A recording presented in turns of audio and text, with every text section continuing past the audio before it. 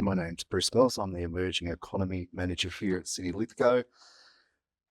I'm also a placemaker, and here's my pitch. Livable places build strong economies, and Lithgow's ready. And this is a place I want to share with you. I actually bumped into a former colleague at City Parramatta, so you know this story well.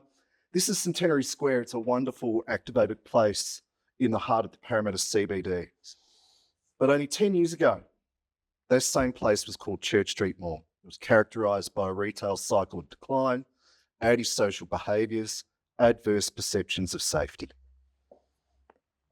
So Parramatta changed it. And these days, Lisa Turnbull, former Lord Mayor of the City of Sydney, former Chair of the Greater Sydney Commission, says that about, the Piazza de Nova is really pushing it, but anyhow, I'll take it. And that's a great outcome in redefining what a place can be and the role it can play in a city. But this presentation isn't about Centenary Square. It's about a paradigm of practical placemaking that enables that transition to happen. Because if we want a resilient economy, we need to start with making places that people want to be. So, but first, and here's the thing, and there is really no way around this one. The town squares and malls and high streets and activity centres of a town or a neighbourhood are a picture postcard about what that place is about, and their imagery, good and bad, is used when that place is discussed. When Parramatta turned Church Street Mall into Centenary Square, it started to change the story people told about that city. And Lithgow can do the same. By rethinking and reclaiming our public spaces, from Cook Street Plaza to Main Street to the Wang to Portland, we can rewrite a story. It can be a story about transition. It can be a story about community and about a regional city that's ready for its next chapter. So let's start with what is placemaking. A lot of people think it's this, and I just want to say, no, it's not. I'm going to share my hard-earned Reader's Digest lessons of what placemaking is and how it applies to Lithgow. And this is one of the most overlooked truths in city making. The space between buildings is where community happens. Practical placemaking is about the daily life of the people of the town and the neighbourhood, the people who live there, the people who use it. It's about the bench outside the chemist where someone chats with a mate. It's about a town centre that doesn't just serve you, but also welcomes you. And main streets matter. Main Street here matters. A seat in the sun matters. Shade, shelter, somewhere to belong. That's all what placemaking is about. And we want places that have value for people, because great places lead to a real sense of connection. And the message I want to share with you is great places aren't designed by consultants. They're co-created by neighbours within a community. So let's talk about that. Imagine this isn't Parramatta, but in Cook Street Plaza or along Main Street. So a placemaker works with the local cafe owner at DA stage to encourage them to actually open up into and embrace council's public domain. They then liaise with council's property team to ensure that there's an accessible outdoor dining street that can be activated by that particular applicant. They then partner with a landscape architect to come up with a streetscape design that matches in to the work the DA applicant wants to do.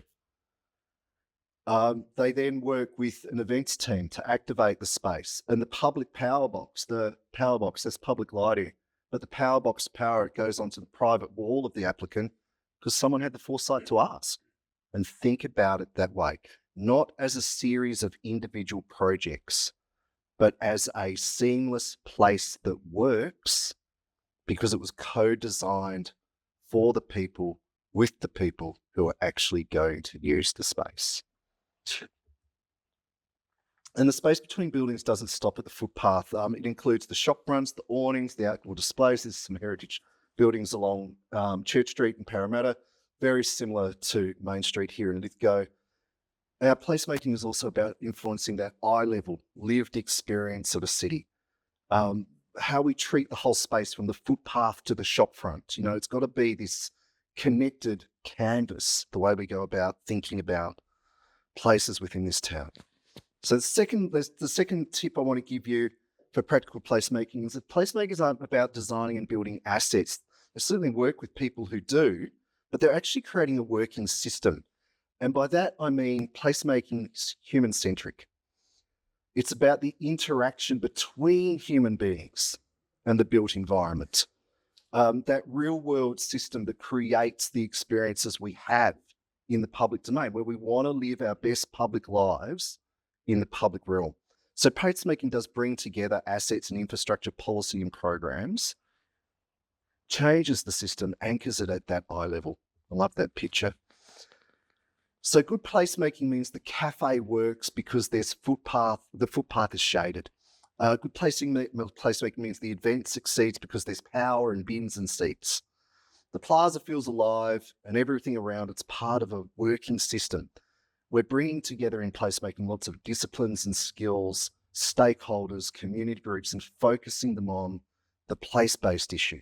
That's the approach in placemaking. And it's discipline agnostic.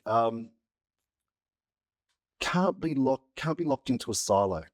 It's all about a community, stakeholders, council, business owners working together. Traditional asset delivery often really does default to that. You know, there's on time, on budget, but you can lose the human dimension about, well, how's that going to work? Taking the time at the front end to actually say, is this what you really need?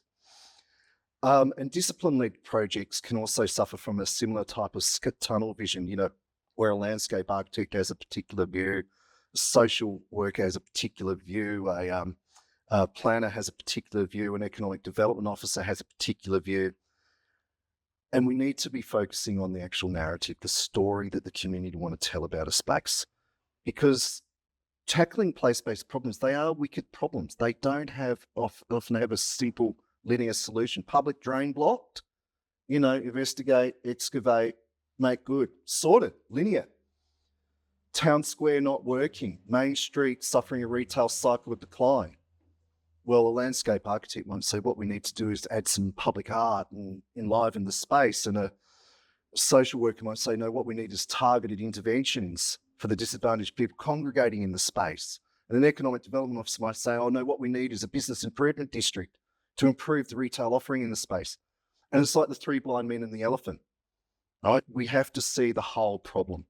You know, everyone knows that story, right? Three blind men are trying to work out what an elephant is. One's feeling the trunk and says, I know what an elephant is. It's like a snake. One feels the leg and says, I know what an elephant is. It's like a tree. One feels the tail and says, I know what an elephant is. It's like a rope. We've got to see the whole picture. That's the nature of addressing wicked problems. And you have to front load community consultation and allow them to tell their stories. And if we don't, we end up with farnarkling. God, I love that word. Like I said, Church Street Mall in Parramatta had that issue. Multiple stakeholders, and including community groups, including business owners, competing, if not sometimes conflicting views about what the future of that space should be. The problem wasn't the problem. The problem was that we were arguing about what we thought the problem was. And the whole while, the community, the shopkeepers, the elected representatives are saying, just get on with it. Get on with it. Do something. Work it out. So perception matters. And changing perception takes time, so we need to start now. And here's the truth that you know, people don't need a master plan to tell them how they feel about a space. We see a street, we see a town square, we see a mall, and we instantly know, is it safe? Is it welcoming? Is it active? Does it work? And people make up their minds really quickly about a place. Rosamund mentioned Kahneman before. He also talks about system 1 and 2 thinking. I won't go into that, except system one thinking is this fast, automatic, autonomous type thinking. We see something, we form an opinion. That's a street in Granville, good street. I reckon you can look at that for 3 seconds and form an opinion about what that place is like. And I'm here to tell you, you won't be wrong. We know. But instead of asking the question, you know, we really should replace that asphalt with a nicer footpath, you actually ask the question, what should this street be? And we ask it of the community, and we ask it of the shopkeepers. What role does it play in the future of this town centre? That's Granville, so there's high rise going up all around it. And it can take months, sometimes even years, to follow that type of placemaking approach, but it's so important in my estimation, to design, to consult, to validate that design, to check back in with the community, and then deliver that place. But as I said, it only takes seconds to form a view about what a place is. Placemaking means you go with a blank sheet of paper. What does this place mean to you? And you turn the community aspirations into that design. 5 years later, for the SpongeBob fans, was it worth the wait? But someone's got to start, and it's got to start within 5 years. Sorry, it's got to start because it could take up to 5 years.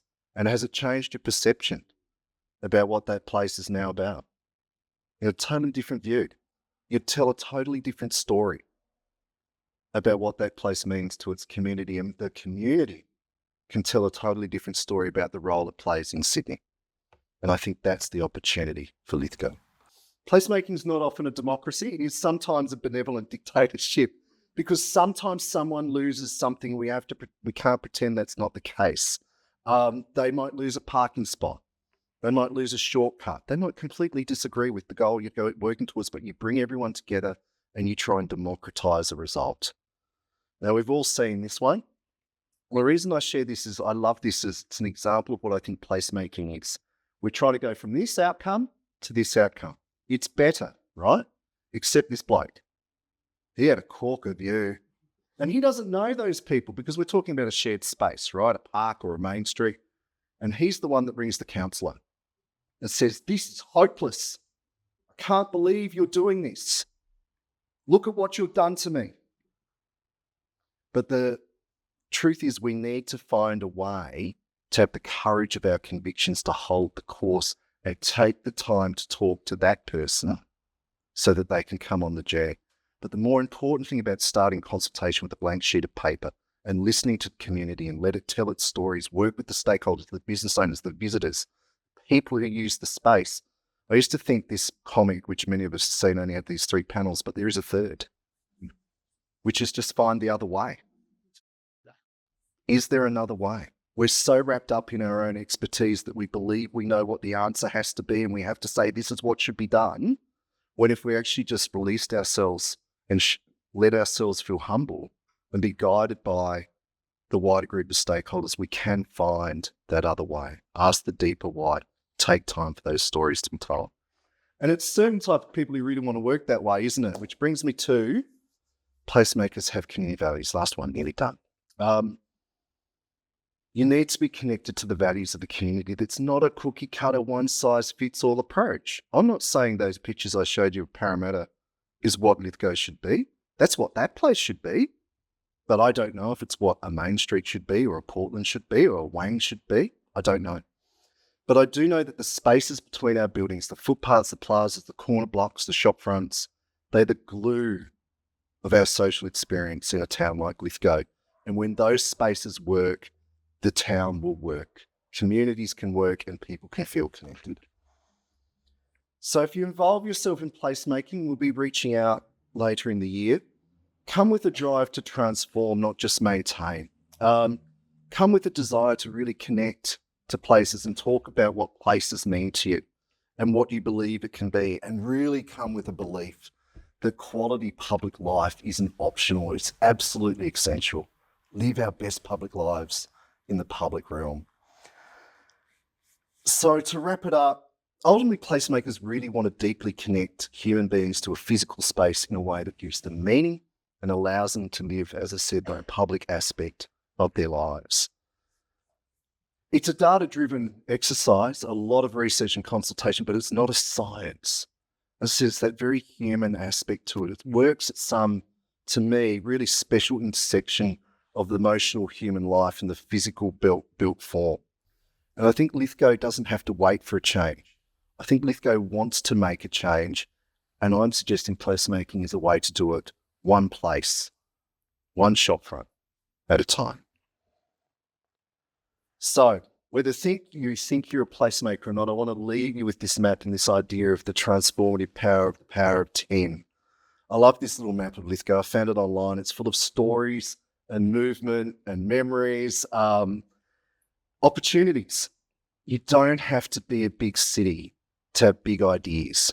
The Power of 10 isn't just a framework. It's this reminder that real transformation happens one place, one commitment, one community interaction at a time.